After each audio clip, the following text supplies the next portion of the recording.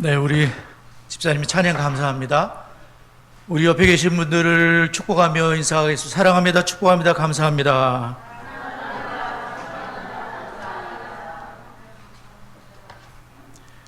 또한 우리가 사랑하는 자녀들을 축복하도록 하겠습니다. 시작. 여호와는 다니와 성은이에게 복을 주시고 다니와 성은이를 지키시기를 원하며 여호와는 그의 얼굴을 다니와 성은이에 비추사 은혜 베푸시기를 원하며 여호와는 그 얼굴을 다니와 성은이에 향하여 드사 평강 주시기를 원하노라. 이스라엘 자손을 축복할지니 내가 그들에게 복을 주리라. 아멘. 이제 저희들이 D6를 시작하고 이제 1년이 다음 주면 1년이 이렇게 되게 되는데요. 이제 우리가 사도행전으로 이 말씀을 이제 함께 살펴보며 이제 한 주를 또 남겨놓고 있습니다. 오늘 복음을 우리가 전하게 되는데 우선은 이 복음이 무엇인지 또한 복음을 가진 사람들의 삶이 어떤지 그것을 우리가 잘 알아야 되겠죠. 오늘 세 가지가 되겠지만은 시간이 되면서 아마 다 못 전할 수도 있고요. 여하튼 첫 번째는 이 안디옥 교회에 대한 말씀인데, 첫 번째는 교회는 복음 전파를 위해서 성도를 파송한다. 이제 안디옥 교회가 파송을 했잖아요. 그래서 교회는 복음 전파를 위해 성도를 파송하는 것이다. 복음을 전하기 위해 나가도록 했으니까요. 자, 우리 2절과 3절인데 한 번 더 읽어보도록 하겠습니다.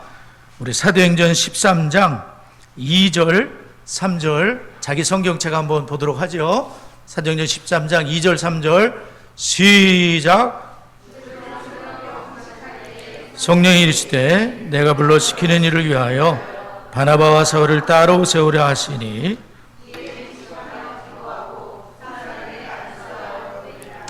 아멘. 먼저 우리는 이제 이 말씀을 보게 되면 이제 복음을 전도할 때, 파송할 때 누가 행하시는가 그것을 좀 살펴볼 수가 있겠습니다.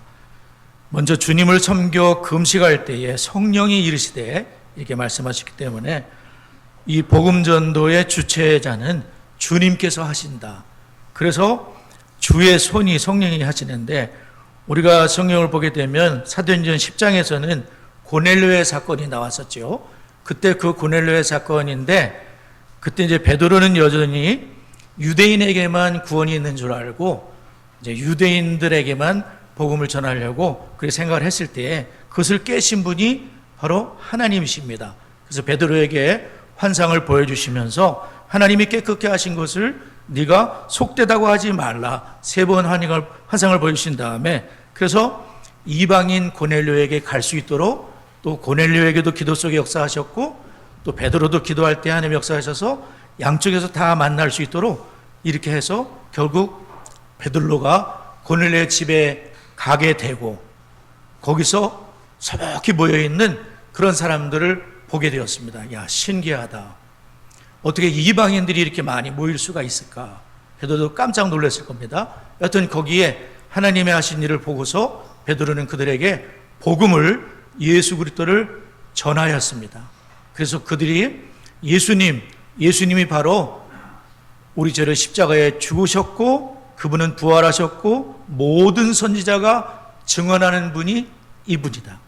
구약의 모든 선지자가 증언하는 분이 이분이며 나사렛 예수, 이 예수 그리스도를 믿을 때에 우리는 죄 사함을 받을 수 있게 되는 그 복음을 전했을 때에 거기에 성령이 오순절에 임한 것처럼 성령이 모든 사람에게 임하게 되면서 그리고 방언을 하고 그들이 똑같은 예루살렘 교회에서 유대인들이 믿었던 방식으로 또한 이방인들에게도 하나님이 이방인들에도 구원을 주시는구나 이것을 알게 되면서 베드로가 하나님의 계획은 유대인들 선민들만 구원받는 것이 아니라 이방인들 모두가 구원받는 사도행전 1장 8절의 말씀처럼 오직 성령이 너에게 임하시면 너희가 권능을 받고 예루살렘과 온 유대와 사마리아와 땅끝까지 이 복음이 전파된다는 말씀대로 그러한 일이 있었던 것입니다. 우리가 이것을 보게 되면 결국 우리 인간은 한계가 있어서 유대인만 구원을 받겠지 하는 그런 생각을 갖고 있었지만, 그것을 깨신 분은 성령이시고 하나님이시고 그분의 계획대로 사도행전을 움직여 가신다는 것을 우리는 알 수가 있습니다. 저는 그 말씀을 전에도 보고 또 말씀을 준비해서 잠깐 봤는데, 모든 선지자도 증언하되 그를 믿는 사람들이 다 그의 이름을 힘입어 죄 사함을 받는다. 모든 선지자가 증언하는 분이 바로 예수님이라고 그렇게 말씀을 했습니다. 또한 환난을 통해서 복음이 가진 사람이 흩어지도록 하신 분도 성령이십니다. 예루살렘 교회가 자신들만의 교제 속에서 복음을 전파하지 못하고 있을 때 사람은 많이 있었지만 사명을 깨닫지 못할 때 주님은 핍박을 통해서 그들이 흩어지도록 하셨어요. 그런데 그것은 하나님이 그들을 징계하신 것은 아닙니다. 하나님은 그들을 사랑하시기 때문에 갈 수 있도록, 복음 들고 갈 수 있도록, 그래서 핍박을 통해서 사람들이 흩어졌는데 그들은 어디로 흩어지게 되냐면 사도행전 11장 19절에 보면 베니게, 구브로, 안디옥까지 이렇게 흩어지게 돼요. 먼 곳입니다. 복음 때문에, 예수님 때문에 핍박을 받고 흩어졌던 유대인들이지만 그들이 복음을 이제 간직하고서, 근데 그들이 이제 전할 때에 예수님이 구원자 되심을 그들은 여전히 유대인들에게만 전하는 분들이 많았어요. 근데 그 중에 어떤 사람들이냐면 구브로와 구레네 몇 사람은 이 복음은 헬라인들에게도 된다고 이렇게 생각을 하고 헬라인들에게 복음을 전했다는 거예요.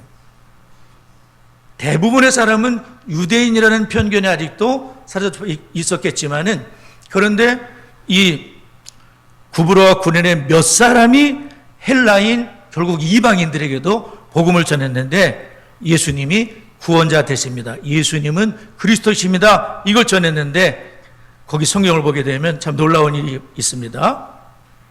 그때에 주의 손이 그들과 함께 하심에 수많은 사람이 믿고 주께 돌아오더라. 주의 손이 함께 하심에 수많은 사람이 믿고 주께 돌아오더라. 그러니까 이 복음 전도라는 것은 물론 우리가 말을 잘하고 모두 잘할 수 있지만은 결국은 하나님의 계획을 깨닫고 이 복음을 말할 때, 전할 때 주님께서 하신다는 것을 우리는 알 수가 있어요. 주의 손이 함께 하시는 거죠. 네, 우리가 하는 것이 아닙니다. 우리는 이제 물론 말할 수 있지만은 주의 손이 함께 해주신 거예요. 수많은 사람을 어떻게 돌아오게 우리는 할 수 없습니다. 그러나 주님이, 복음 가진 자가 예수님이 구주 되심을 말할 때, 주의 뜻을 알고 말할 때에 성령님이 역사를 하시는 거죠.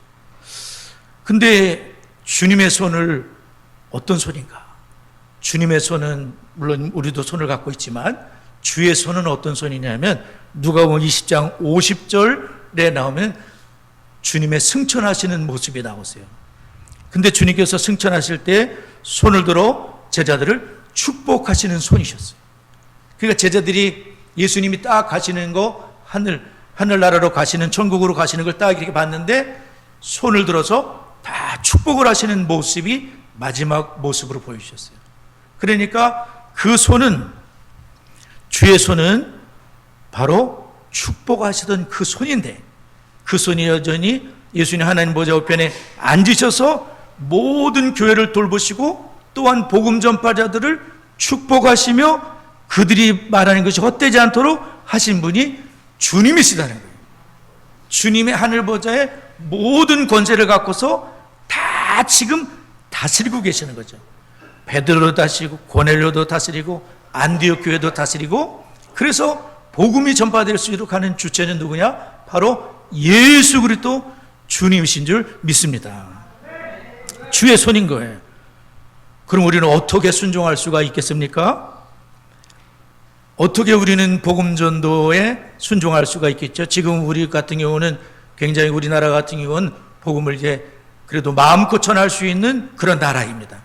그러나 그렇지 않은 나라들도 많이 있죠. 이 당시에는 굉장히 복음 전도가 쉽지 않았습니다. 고난이 있잖아요. 고난이 있는데 사도행전을 9장을 이렇게 보게 되면 이제 사도 바울이 예수님을 만났잖아요. 부활하신 주님을 만났는데 예수님이 정말 유혹과 살기가 등등했던 예수 믿는 사람 잡아가려고 했던 그런 사울에게 나타나셨는데 주님이 부활하신 주님으로 나타났을 때에 사도들이 꼬꾸라지고 그 주님을 예수님은 살아계신, 내가 잘못 알고 있었구나. 예수님은 살아계신 하나님이시구나. 그리스도이시구나. 내가 이분을 잘못 알고 있었다는 것을 깨닫게 되고 육의 눈도 멀었지만 영의 눈이 떠지면서 예수님은 그리스도라고 전하게 됐는데 근데 그때부터 고난이 찾아왔어요. 예수님이 그리스도로 전하지 않을 때에는 유대인들이 그를 비방할 일이 없었습니다. 근데 예수님이 그리스도라고 전할 때부터 바울 사도는 고생버터리가 찾아온 거예요. 사실은 복음 때문에 무지무지 고생하게 되는 그런 일이 생기게 되는 거죠. 그러나 바울 사도는 이 고난을 이기게 되는데 왜냐하면 주님께서 압도하시는 능력으로 함께 하시기 때문에 그렇습니다. 많은 고난을 받게 돼요. 숱한 고난에 대한 고백이 고린도후서 11장 23절에서 27절에 나오는데 넘치는 수고를 하고 옥에 갇히기도 하고 매도 수 없이 맞고 많은 고난이 있었지만 그러나 약한 나에게 아까 찬송했듯이 그리스도의 능력이 머물게 되면서 내가 아니요 오직 나와 함께 하신 그리스도의 은혜 때문에 이 모든 복음 전도를 감당할 수 있다 그렇게 말씀했습니다. 본문으로 돌아와서 누가 순종을 했습니까? 안디옥 교회에 그 5명의 사람들이 나옵니다. 여기 13장 1절을 보게 되면 안디옥 교회는 이 복음 전도에 순종을 하게 되는데 안디옥 교회 선지자들과 교사들 중에 바나바, 그 다음에 시므온, 루기오, 마나엔, 사울이라는 5명의 지도자들이 있었습니다. 그런데 바나바는 각기 출신들이 많이 달랐습니다. 바나바는 구브로 사람이고 시므온은 아프리카 사람이며 니게르라는 그런 말이 있는데 이것은 상대적으로 피부가 검다는 그런 말이라고도 합니다. 루기오는 구레네 출신이며 역시 북아프리카 사람이고 마나에는 유다 사람인데 분봉왕 헤롯의 젖동생이라 그래가지고 함께 자란 측근이라고 볼 수 있고 사울은 길리가 다소 사람이기 때문에 출신이 많이 다르고 피부색도 다르고 그런 지도자들이 함께 모여서 예수 안에서 복음 안에서 하나가 되는 큰 축복이 안디옥 교회에 있었습니다. 그래서 그 안디옥 교회는 그 지도자들부터 우리가 구원받은 것은 주의 손이 함께 하시고 구원받은 것은 전적인 하나님의 은혜이며 예수님의 십자가의 피공로이며 나 같은 죄를 살리신 그 은혜를 알게 되면서 이분들은 다 같이 하나가 될 수가 있었습니다. 이 교회 공동체가 복음과 은혜 안에서 하나됨을 굳게 지켰습니다. 또한 안디옥 교회를 보게 되면 그 그리스도인이나 칭할 정도로 이렇게 예수 믿는 사람의 향기가 많이 나타났던 그런 교회입니다. 그래서 오늘 본문에 보면 2절을 보게 되면 주님을 섬겨 금식을 했다 그랬어요. 교회 공동체 지도자들이 우리가 금식은 평소한테 잘하지 않는 것이지만 주를 섬겨 금식을 했다 그랬는데 이 섬긴다는 것은 예배를 말하기도 합니다. 그러니까 섬긴다는 것은 예배를 드리면서 또한 금식하면서 하나님께 기도를 드리면서 과연 교회를 향한 주님의 뜻이 무엇인지를 찾았던 것 같아요. 무슨 기도를 했는지 모르지만 같은 지도자들이 우리 교회를 향하신 안디옥 교회를 향하신 주님의 뜻이 무엇입니까? 라고 기도를 하고 하나님께 집중을 하게 될 때에 성령님이 교회 가운데 말씀해 주셨다는 거예요. 뭐냐면 지도자들에게 우리가 해야 될 일은 복음 전도라는 것을 알게 해주시는 그런 성령의 이끄심이 있었습니다.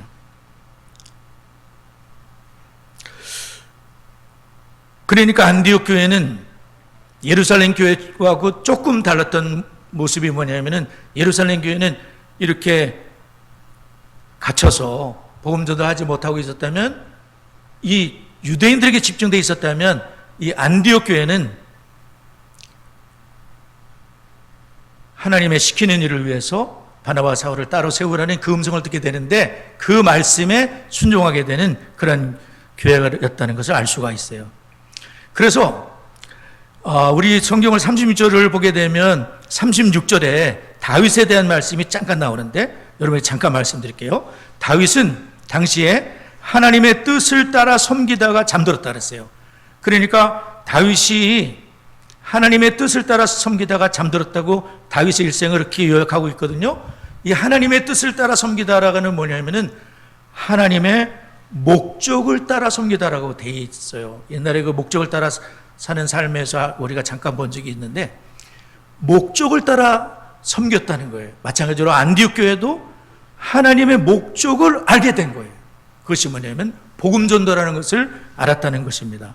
그래서 안디옥 교회는 하나님이 원하시는 일에 지도자들이 모두가 하나가 되어 하나님의 은혜 가운데 다 출신도 모두 다르고 연령도 다르고 다 다른데 예수 안에 하나가 돼가지고 하나님이 원하시는 그 목적을 위해 금식도 하고 기도도 하고 예배를 드리면서 하나님의 뜻을 깨닫고 성령의 말씀하심을 따라서 특히 뭐라고 그러시냐면은 2절 보게 되면 주를 섬겨 금식할 때에 성령이 이르시되, 주체는 성령이시죠. 주님이 항상 하시는 거예요. 내가 불러 시키는 일을 위하여 바나바와 사울을 따로 세우라 하시니. 이거 굉장히 힘든 일이죠. 바나바와 사울은 그 당시에 그 교회의 최고 지도자들인 거예요. 기둥 중에 큰 기둥 둘이라고 볼 수가 있어요. 그런데 그 기둥을 보내라는 거예요. 성령님이 그렇게 하시는데 기둥인 당사자들 바나바와 사울도 당사자들도 이제 허락이 돼야 되는 거고, 그런데 이 교회는 그 하나님의 말씀이 있었을 때 어떻게 했냐면 3절 이에 금식하고 기도하고 두 사람에게 안수하여 보냈어요. 이것이 바울 사도의 1차 전도 여행이 되게 되는 거예요. 1차 전도 여행의 출발이 그 안디옥에서 이렇게 출발이 되게 되는 거죠. 그러니까 안디옥 교회는 이렇게 먼저 하나님의 사랑을 받았고 예수님을 믿어 구원받은 그런 성도로서, 또 우리 교회로 말하면 그런 교회로서 하나님의 목적이 있다는 거예요. 여러분, 우리가 구원받고 교회 나와서 신앙생활 하지만은 내가 구원받은 것은 나 이렇게 열심히 교회 오고 주일날 교회 오고 그렇게 구원받고 그런 것이 아니라 나를 통한 하나님의 계획이 있다는 것을 우리는 알았으면 합니다. 전 목사를 향한 하나님의 계획, 특별히 나를 통해 하나님은 가정이 구원받기를 원하시는 거예요. 자녀와 부모와 형제, 나가서는 친구, 친척들이 내가 받은 구원을 받기를 원하시는 그것이 있어요. 그래서 성경에 보면 주 예수를 믿으라, 그러면 너와 내 집이 구원을 받으려. 그것이 우리를 향하신 목적이라면 안디옥 교회를 향하신 목적은 최고의 지도자 2명을 파송해서 이 복음을 전할 수 있도록 그렇게 하신 거예요. 그래서 우리는 너와 네 집이 구원을 받으리라 할 때 너는 먼저 구원받은 우리며 은혜로 구원받은 우리가 네 집이 구원을 받으리라 하셨으니 이것은 우리가 목적이 되고 비전이 되고 사명이 돼야 될 것 같습니다. 나를 구원해 주신 것은 그냥 교회 생활하다 천국 오라고 하신 것이 아니라 너와 내 집이 구원받는 것은 우리의 비전이고 우리의 기도고 우리의 사명이라는 것을 우리 모두가 함께 알았으면 좋을 것 같습니다. 그래서 교회는 순종하며 기도하고 금식하고 파송을 하였는데 이제 바나바와 바울을 위해서 교회는 계속 기도를 했던 것 같아요. 사도행전 14장 26절에 보면은 거기서 이제 그 전도여행을 마치고 돌아오게 됐는데 거기서 아실리아에 배 타고 안디옥에 이르니 이것은 두 사도가 이룬 그 일을 위하여 전에 하나님의 은혜에 부탁하던 곳이라. 안디옥에 이제 다시 돌아오게 됐거든요. 그때 뭐냐면 하나님의 은혜에 부탁하고 한 2년 동안 잘 복음을 전할 수 있도록 교회가 기도하고 안수하고 금식하고 보낸 하나님의 은혜가 이분들을 인도해 주셔야 했던 거기로 다시 돌아왔다는 그런 말씀이죠. 그래서 하나님은 이렇게 안디옥 교회가 이렇게 연합하여 역사하셨을 때 정말 사도행전의 역사가 나타나도록 그렇게 하셨습니다. 그러면 이제 복음을 전하러 바울과 바나바가 출발을 했는데 하나님은 그것을 어떻게 이루셨는가? 그것은 살라미에서 있었던 일이거든요. 여기 성경 보면 5절 이제 두 분이 가서 살라미에 이르게 됐습니다. 살람이라는 곳에 이르러서 하나님의 말씀을 유대인의 여러 회당에서 전할새 요한을 수행원으로 두었어요. 그러니까 그 안디옥에서 이렇게 앞을 쳐다보면 섬 하나가 있는데 거기에 지금 살람이라는 곳에서 쭉 그 섬을 지나게 되면서 6절에 보면 바보라는 곳의 지명이거든요. 바보라는 곳에서 바예수라 하는 거짓 선지자를 마술사를 만나게 됐는데 그는 그 바보의 총독이었던 서기오 바울 옆에서 서기오 바울이 예수를 믿지 못하도록 이렇게 방해를 하고 있는 그러한 그 마술사가 있었는데 바울이 9절을 보게 되면 바울이라고 하는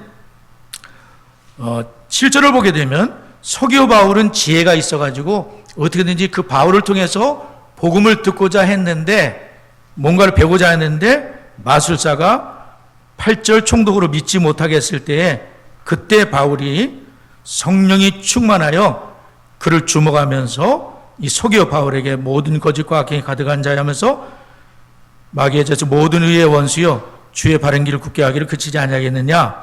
그래서 바울 사도가 주의 손이 내 위에 있으니 네가 맹인이 될 것이다. 얼마 동안 보지 못할 것이다. 그랬더니 즉시 안개가 접히면서 어둠이 그를 덮어 인도할 사람을 두루 구하게 되는 거예요.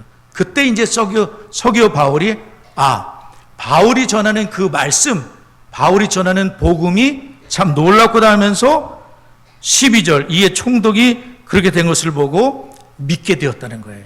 그리고 주의 가르침을 놀랍게 여긴지라. 이것은 바울 사도가 이제 복음을 전할 때 있었던 바보에서 있었던 그러한 역사를 말하고 있는데 한마디로 말하면 주님의 손이 역사하니까 그런 어둠의 그런 그 마술의 그런 것이 꼼짝 못하는 그런 일이 생겼다는 거예요.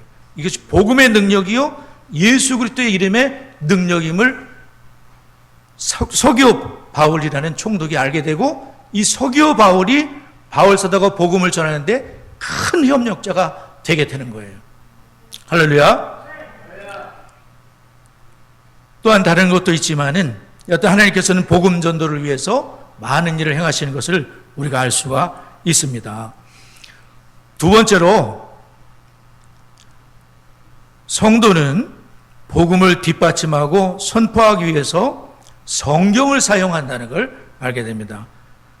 우리 한번 성경을 읽어보겠습니다. 33절에서 35절을 한번 읽어보겠습니다. 사도행전 13장 33절에서 35절까지 우리 자기 성경 보면서 소리 내서 읽겠습니다. 시작.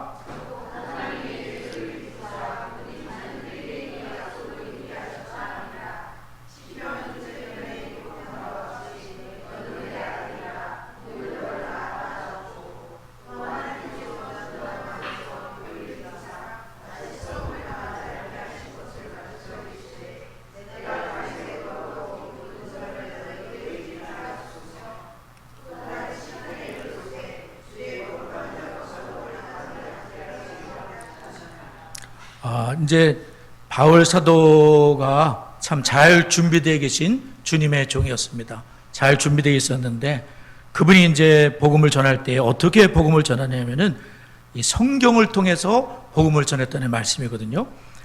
그래서 바울 사도의 그 복음의 이해를 보게 되면 이제 여기 보면은 17절을 보게 되면 이스라엘 하나님이 복음의 그런 주체가 되신다는 것을 이스라엘의 하나님이 우리 조상들을 택하신 분이다 이렇게 말씀하고 있죠. 그래서 하나님이 모든 그 복음의 주권자가 되시는 거죠. 그래서 우리 조상들을 택하셨을 때 이 조상들은 다름 아닌 아브라함을 말하는 거예요. 아브라함과 다윗의 자손 예수 그리스도. 그러니까 지금 쇠당에서 있는 사람들이 누구냐면 유대인들인 거예요. 그리고 유대교를 상당히 좋아하고 있는 경건한 사람들인 거예요. 그러니까 유대인들에게 복음을 전하면서 대상자가 그러니까 그 유대인들이 잘 좋아하는 사람, 아주 맞들리는 사람이 누구냐면 아브라함이죠. 그 다음에 다윗이죠. 그러니까 아브라함부터 이 바울 사도가 말하고 있는 거예요. 조상을 하나님이 택하셨다 하면서 아브라함을 택하신 분이다. 18절에서 22절을 보게 되면 그동안 다윗 왕까지 어떻게 하나님이 인도하셨는지 역사에 대해서 얘기를 해요. 출애굽기, 광야, 가나안 정복, 사사시대, 사울왕, 그 다음에 다윗 왕까지. 그 다음에 23절에서 23절을 보게 되면, 자, 23절 한번 읽어보도록 하겠습니다. 자, 읽습니다. 시작. 하나님이 약속하신 대로 이 사람의 후손에서 이스라엘을 위하여 구주를 세우셨으니 곧 예수라. 예수님이라는 분은 당신들과 동떨어져 있는 것이 아니라 아브라함부터 시작해서 다윗까지 오는 동안에 하나님이 역사를 하셨는데 그 다윗의 후손 22절을 보면 다윗을 만나니 내 마음에 맞는 사람이라 내 뜻을 다 이루게 하신 그 하나님께서 바로 하나님이 약속하신 대로 이 사람의 후손 다윗의 후손에서 이스라엘 구주를 세우셨으니 곧 예수라는 분은 다윗을 통해서 나오신 그러한 구주이신 것을 말하고 있는 거죠.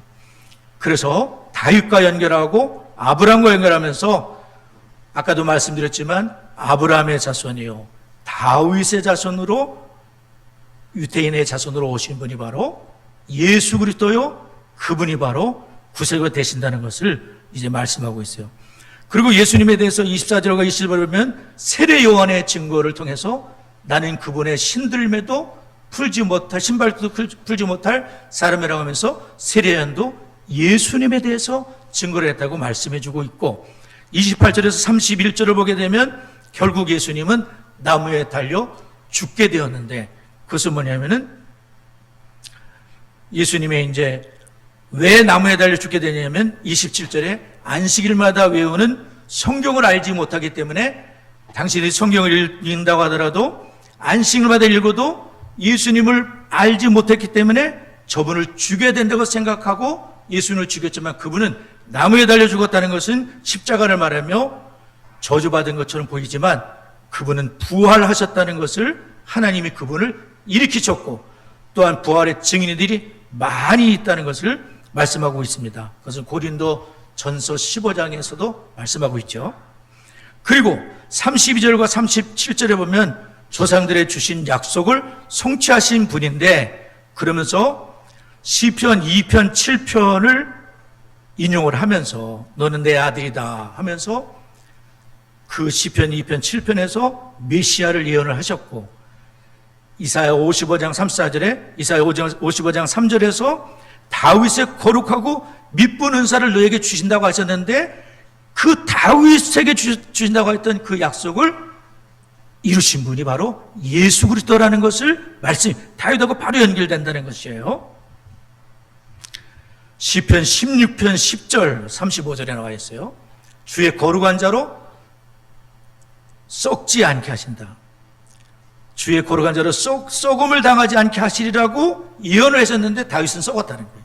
그럼 이분은 누구를 가리키냐면은 썩지 아니하실 예수 그리스도 부활하실 예수 그리스도를 말씀해 준다는 것입니다. 예수님이 부활하셨기 때문에 나사렛 예수 아브라함과 다윗의 자손으로 약속대로 오셨을 뿐만 아니라 당신들이 성경을 잘 모르기 때문에 이분을 죽였지만 저주받은 자처럼 나무에 달아 죽였지만 십자가에 죽지만 그분은 약속대로 오신 분이고 부활하셔서 죽음을 이긴 자는 예수밖에 없다는 거예요. 죽음을 이겼잖아요. 하나님이 부활시켰고 부활의 증거가 어디 있어? 많은 증인들이 태반이나 살아있고 500의 형제가 일시에 보았으며 부활하신 주님이 바울을 바꿔놨잖아요. 우리를 바꾸고 계시잖아요. 할렐루야.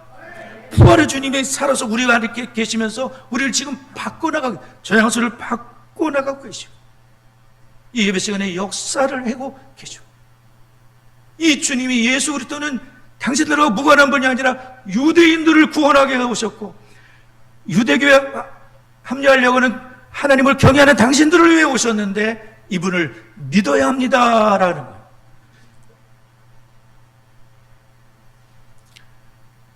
왜 믿어야 되면 38절 39절을 보게 되면은 복음의 목적이에요. 예수님이 오신 목적은 뭐냐면 왜 예수를 믿어야 될까요? 왜 예수만 믿어야 될까요? 이 사람을 힘입어 죄사함을 받기 때문이다. 죄를 사함받는 길은 예수를 믿는 길밖에 없다는 거예요. 38절 39절에 나와 있죠. 그러므로 형제들아, 바울 사도가, 바울도 유대인이니까 형제들아, 너희가 알 것은 이 사람을 힘입어 죄사함을 우리가 받아야 합니다. 그런데 유대인들은 선민의식이 있었기 때문에 본인들은 죄사함 받을 필요가 없다고 생각한 거예요. 그런데 죄사함을 받아야 합니다. 39절 모세의 율법으로, 여러분 율법 아시죠? 유대인들은 율법이 몇 개 정도 있었을까요? 613가지의 율법을 지켜냈어요. 조목조목이 더 있어요. 다 조목을 만들었어요. 이거를 지키면 우리는 의인이다 이렇게 생각했어요. 어림없어요. 우리는 죄인이기 때문에 지킬 수도 없어요. 예수님은 마음으로 음욕을 품으면 간음했다, 미워하면 살인했다, 어림없어요. 근데 이분들은 율법을 꽉 붙잡고 나는 613가지, 바울 사도가 그랬던 사람이에요. 율법에 열심하던 나다. 율법으로 의롭다함을 받을 줄 알았다. 율법으로 잘 지켜쓰고 내가 선미이기 때문에 하나님 앞에 떳떳이 설 수 있을 줄 알았다. 어림없는 것을 이분이 깨달았고요. 예수 그리스도가 나에게 나타나신 것은 그것으로는 될 수 없다. 예수 그리스도를 믿을 때에 주님이 십자가에 죽으시고 주님이 부활하시고 주님이 승천하시고 하나님 보좌 우편에서 그 주님이 이루신 그 주님의 의로, 주님의 공로로, 주님의 은혜로 우리는 죄사함을 받게 되는 거지 율법이 아니라는 거예요. 율법은 뭐냐? 우리를 죄를 깨닫게 하는 몽학선생과 같은 역할을 하는데, 율법은 내가 구원받기 위해 주신 것이 아니라 율법은 그리스도 예수를 믿을 수 있도록 이끌어주는 선생님으로 율법이 주신 거거든요. 그래서 우리가 예수를 믿어야 될 것은 바로 율법을 지키는 유대인들이 율법에 매달려서, 그런데 율법은 많이 지킬수록 어떻게든 다른 사람을 정죄할 수밖에 없는 게 율법이에요. 나는 이만큼 지켰는데 너는 이만큼 왜 안 지켜? 그게 율법인 거예요. 은혜는 뭐냐? 은혜는 나도 연약하고 다 연약하기 때문에 하나님의 은혜로 구원받아야 된다. 하나님은 우리를 이처럼 사랑하사 독생자를 주신 것은 이는 저를 믿는 자마다 멸망하지 않고 영생을 얻게 하시기 위해서 예수 그리스도를 믿어야 된다는 거예요. 그 길밖에 없다. 다른 데서는 구원을 얻을 수 없나니 천하 인간에게 구원을 얻을 만한 다른 이름을 우리에게 주신 일이 없다고 베드로가 선포하지 않습니까? 여러분, 다른 이름이 없습니다. 예수 그리스도 믿어야 된다는 거예요. 바울도 율법에 열심했던 자고 율법은 의로는 흠이 없었으며, 그러나 빌립보서 3장에서 그러더라고요. 이걸 나는 이제부터 배설물로 여기겠습니다. 빌립보서 3장 9절 내가 가진 의는 율법에서 난 것이 아니요 오직 그리스도를 믿음으로 말미암은 것이니 곧 믿음으로 하나님께로서 난 의라.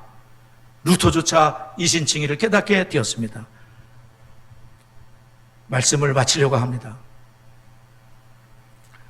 루터도 전에는 본인의 행위로 뭘 할 줄 그렇게 생각하고 그 산타 스칼라라고 하는 28개의 계단을 무릎팍으로 올라가면 죄사함을 받는다. 그 복음인 줄 알았어요. 그래서 루터가 산타 스칼라라는 28개의 계단, 거룩한 계단에 무릎팍으로 올라가는데 이게 편안히 안 오는 거예요.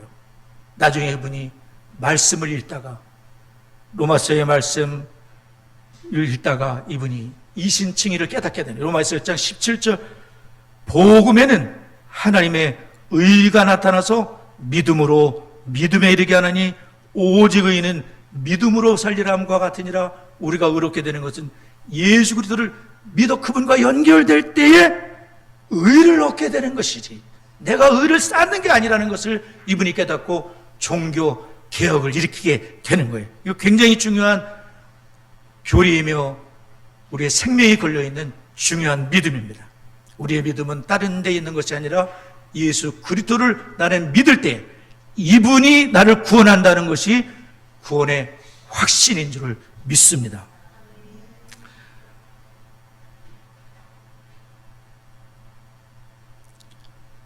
우리들도 이제 하나님의 우리 계획을 우리가 깨닫고 우리도 복음을 전해야 되는데, 복음을 전할 때 어떻게 복음을 전할 것인가? 먼저 우리가 성경을 통해 복음을 더욱 배우고 성령 충만을 사모하고 삶에서도 영혼 구원을 위해 기도하며 깨어 있어야 될 줄 압니다. 다음 세대가 거의 지금 미전도 종족으로 남아있는데 이 다음 세대를 위해서 우리가 기도하고, 가정에서도 우리의 자녀들이 예수 그리스도께 올 수 있도록 우리가 가정이 전도센터가 돼야 되고, 또한 교회 새가족들을 잘 세우고, 교회가 지원하는 선교사님들 기도와 불지를 후원하며 우리가 복음전도에 함께 참여할 수가 있겠습니다. 기도합니다. 우리 찬송하고 기도하겠습니다.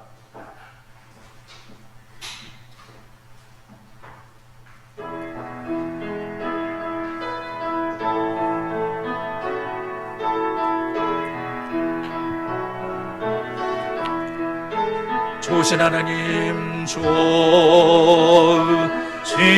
하나님, 좋으신 하나님, 참 좋으신 나의 하나님. 우리의 기도를, 우리의 기도를 응답해 주시는 참 좋으신 나의 하나, 한없는 축복을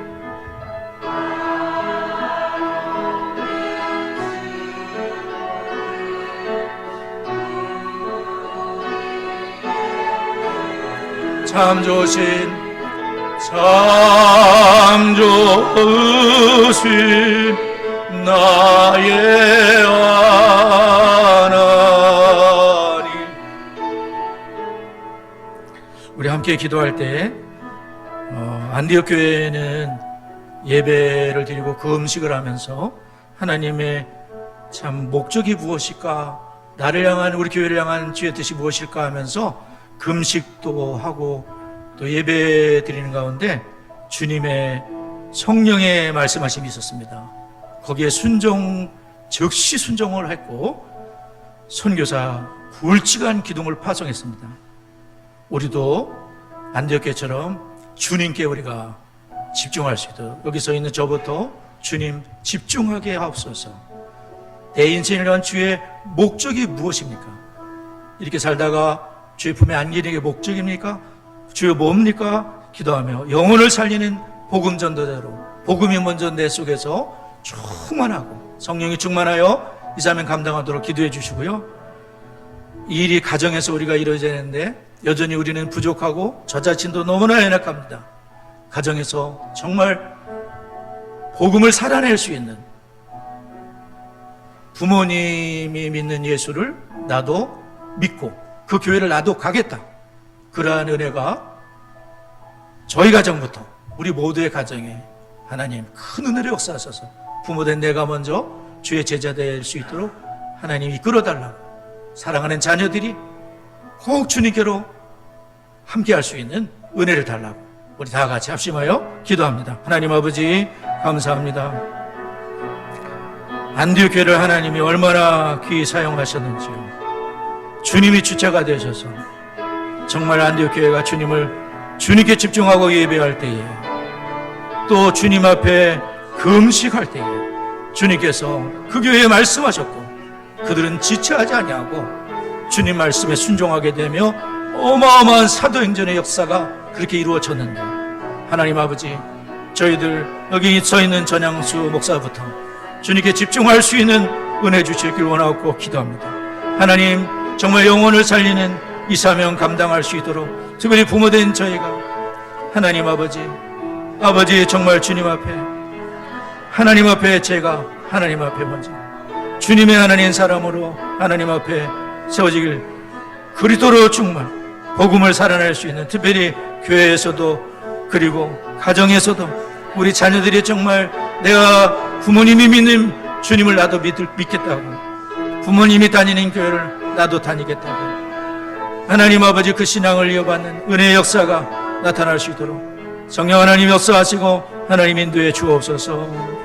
세 번째, 네 번째, 우리 함께 기도하실 때에 디시스 커리큘럼 1년 우리가 거의 다 배웠습니다. 또 2년 차로 나가게 될 텐데 우리가 많이 동참을 하시고 가정과 교회가 꼭 동역하고 세대를 잘 연결하며 신앙의 대물 명문 가문들로 세워질 수 있기를 기도하며, 우리 장로님도 기도하셨지만 3세대 여름 성경 암송학교를 잘 마쳤는데 가정에서도 지속이 되지 않으면 암송은 금방 잊어버린다 그러더라고요. 그래서 가정에서도 말씀이 참 암송되는 거 주님 기뻐하실 텐데 그런 애가 있도록 다 같이 합심하여 기도합니다. 아버지 감사합니다. 하나님 아버지, 디시스 커리큘럼 6년간의 과정을 통해서 저희가 아버지 성경을 배우게 됩니다. 이 성경 말씀을 하나님 마음으로 잘 새기고 이 말씀을 배우며 하나님을 경외하게 하여 주시고, 아버지와 정말 이 경외함이 교회에서도 넘치고 가정으로 가져가서 또 가정에서도 하나님 아버지 우리 사랑하는 자녀들과 하나님을 경외하도록 하고 하나님 말씀을 마음에 새기고 함께 기도하며 가정이 세대와 세대가 연결되는 은혜가 있도록 아버지 역사하여 주옵소서. 3세대 여름 성경 암송학교가 마쳤습니다. 하나님 아버지, 우리 몇몇 친구들 참석했는데 하나님 영광 받아주시고, 아버지 또 가정으로 돌아가서도 가정에서도 우리 모든 성도님들이 가정에서 말씀의 암송이 있어 말씀이 우리 속에 충만하여 말씀의 지배를 받으며 하나님 말씀의 사람으로 세워지는 일가 있도록 아버지 이끌어 주옵소서. 예수 그리스도의 이름으로 기도드리옵나이다. 아멘.